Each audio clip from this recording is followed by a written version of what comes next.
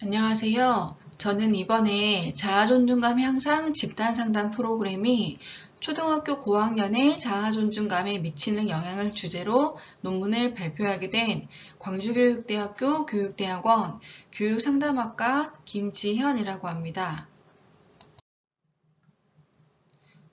제가 발표할 목차는 첫 번째 서론, 두 번째 이론적 배경, 세 번째 연구 방법, 네 번째 연구 결과, 마지막으로 논의 및 재현입니다. 서론에서는 이 연구의 필요성을 말씀을 드릴 건데요.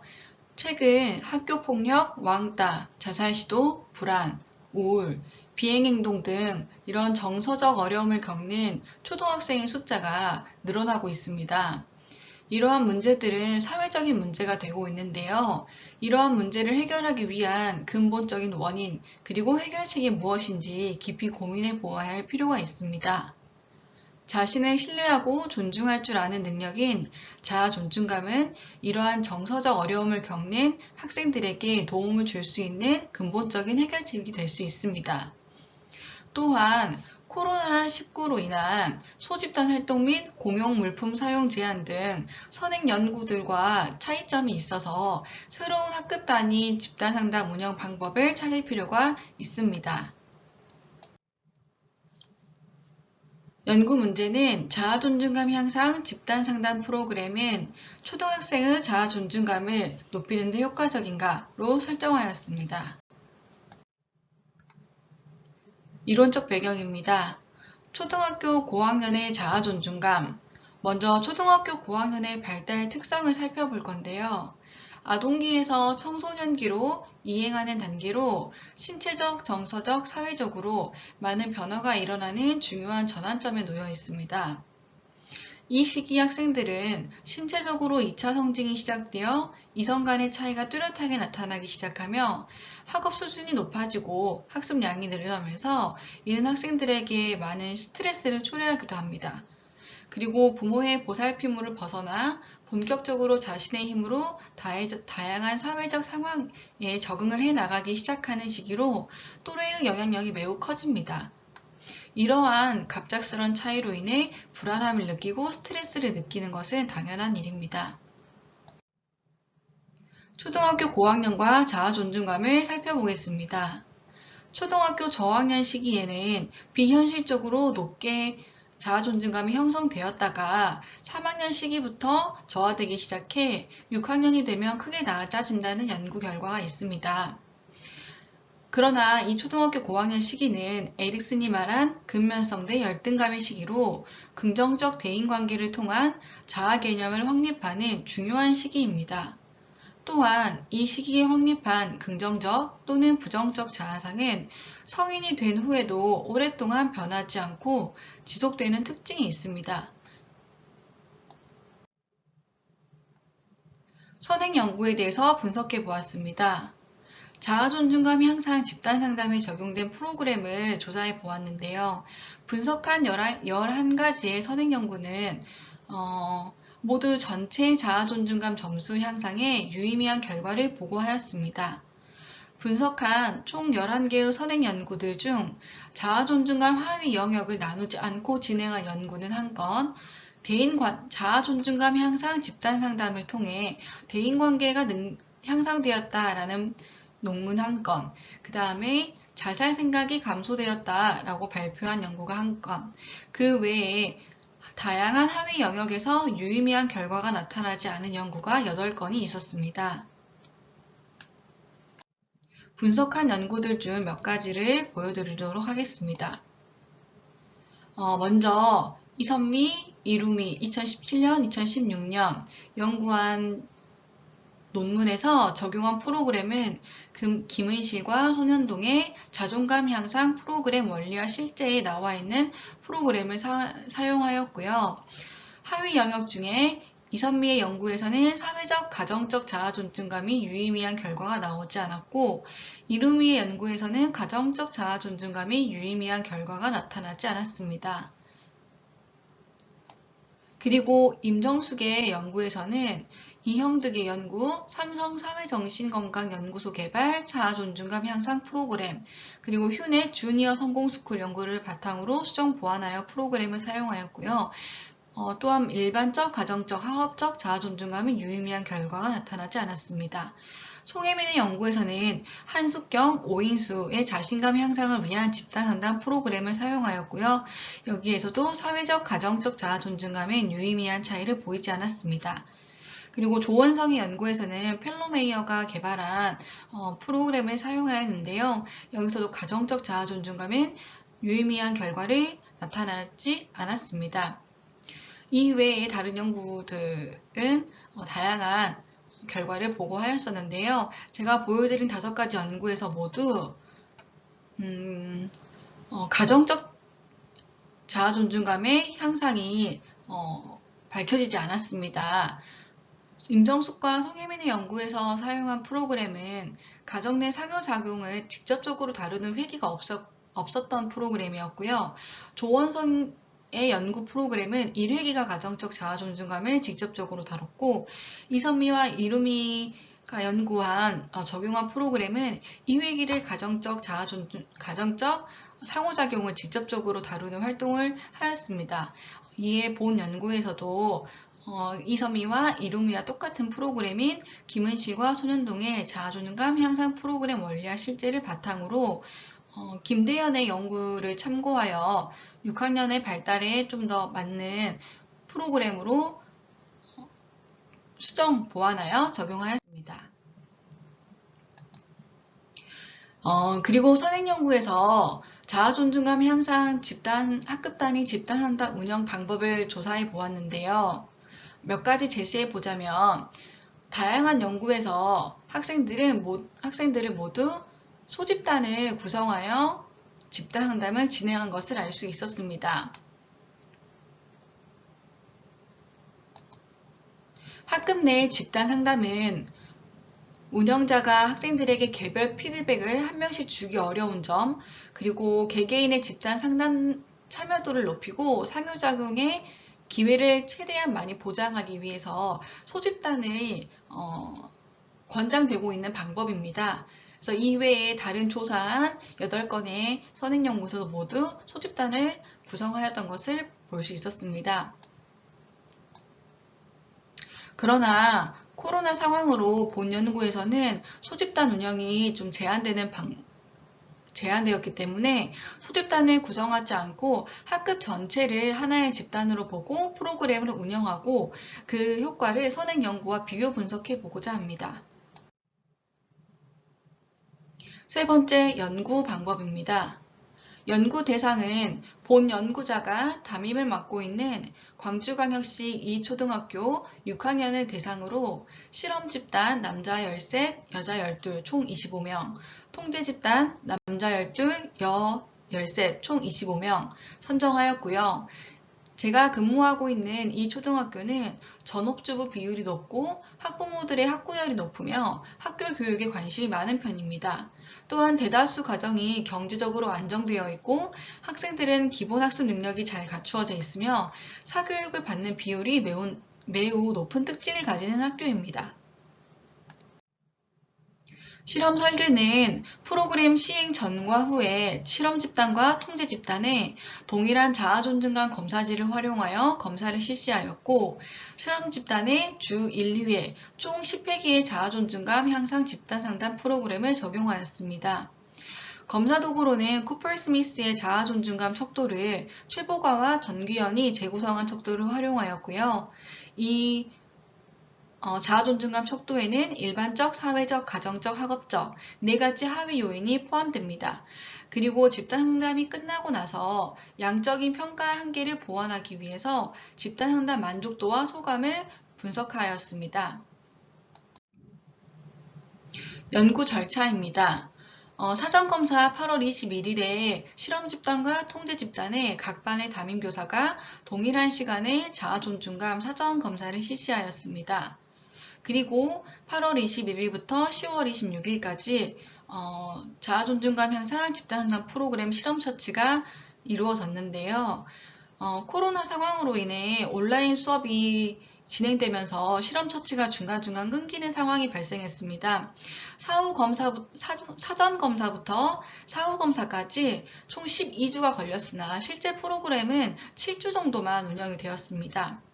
그리고 사후 검사는 10월 26일에 실험 집단과 통제 집단에 사전 검사에서 사용했던 자아존중감 검사지를 다시 실시하였고요.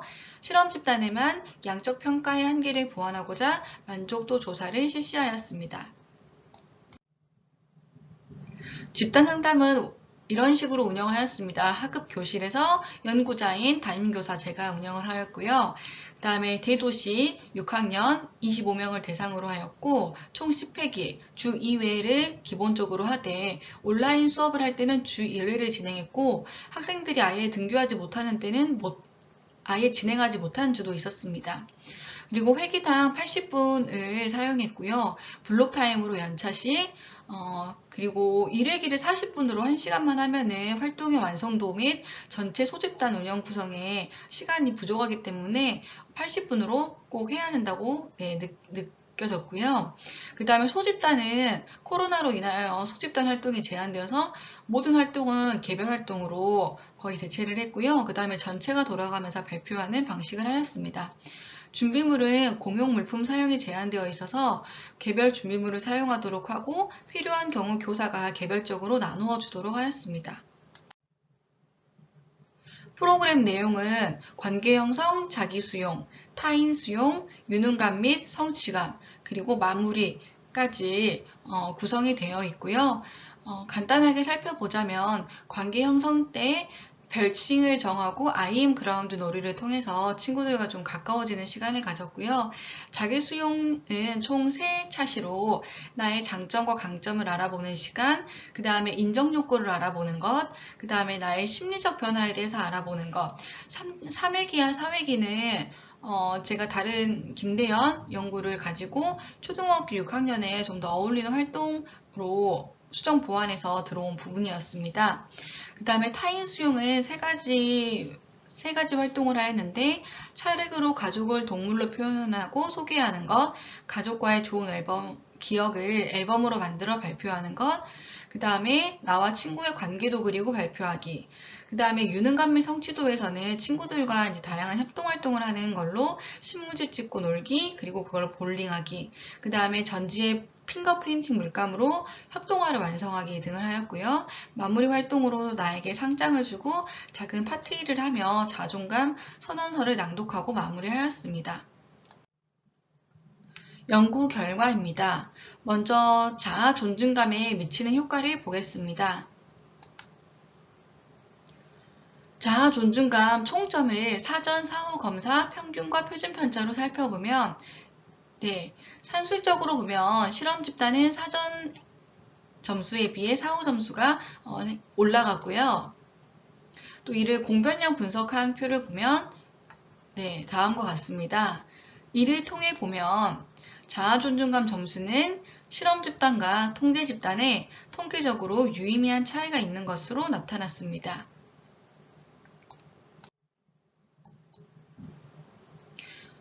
그 다음에 자아 존중감 하위 영역별로 사전, 사후, 평균과 표준 편차를 구해 보았는데요. 4가지 모두에서 유의미한 차이를 발견할 수 있었습니다. 실험 집단에서. 다시 이를 하위 영역별 자아 존중감을 공별량 분석한 표는 다음과 같습니다. 여기 아래 표가 살짝 가리는 것 같은데요. 일반적, 사회적, 가정적, 학업적 하위 요인 모두 유의미한 차이를 나타내는 결과가 나왔습니다. 이를 통해서 자아 존중감 전체뿐만 아니라 모든 하위 영역 향상에 이 프로그램이 효과적이었다라고 결론 내릴 수 있었습니다. 그 다음에 집단 상담에 대한 반응 및 만족도 평가 결과인데요.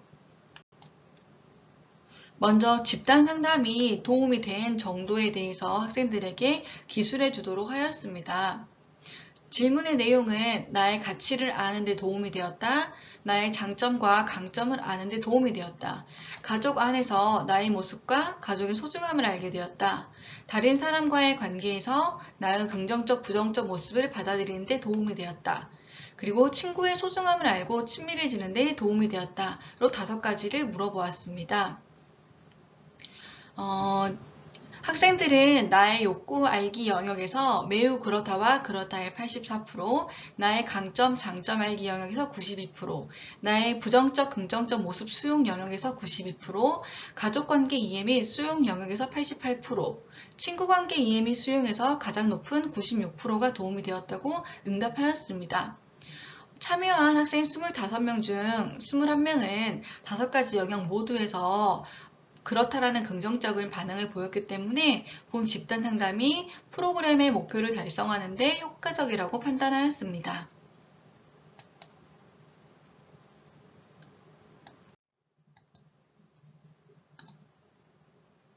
실생활에 미치는 효과에서도 학생들은 실생활에 도움이 되었다라고 많이 응답을 해주었고 프로그램 및 운영자에 대한 만족도도 높게 나타났습니다. 논의 및 제언입니다. 코로나19 상황에 맞추어 진행된 본 자아존중감 향상 집단상담 프로그램은 양적 그리고 질적 분석 결과 효과가 있음이 입증되었습니다. 본 연구는 2016년 이루미의 연구, 2017년 이선미의 연구와 같은 프로그램을 운영하였으나 본 연구와 소집단 운영에 대해 차이가 있었습니다. 이에 같은 프로그램을 가지고 연구를 했을 때 소집단의 차이가 결과에 영향을 미치는지 알아보기 위해서 코엔의 효과 크기를 구하여 그 영향을 비교해 보았습니다. 본 연구의 효과 크기는 0.57, 이루미의 연구 크기는 0.52, 이선미의 연구 크기는 0.74로 나타났습니다. 이선미의 연구 결과가 가장 효과 크기가 높게 나타났으나 세 연구 모두 중간 크기 효과 구간에 들어가므로 프로그램의 운영 방식이 프로그램 효과에 큰 영향을 미치지 않는다는 결론이 나왔습니다.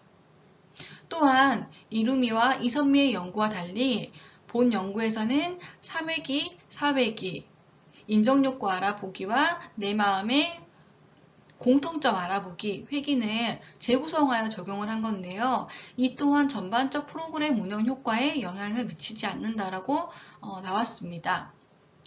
또한 앞서 살펴본 선행연구 중에서 가정적 자아 존중감 영역에서 유의미한 결과가 도출되지 않았던 연구들이 있었는데요. 이러한 연구들과 달리 본 연구는 가정적 자아 존중감 하위 영역에서도 유의미한 결과가 나타났습니다. 이 결과를 프로그램의 내용이라든가 운영 방법 차이에서 찾는 것은 맞지 않습니다.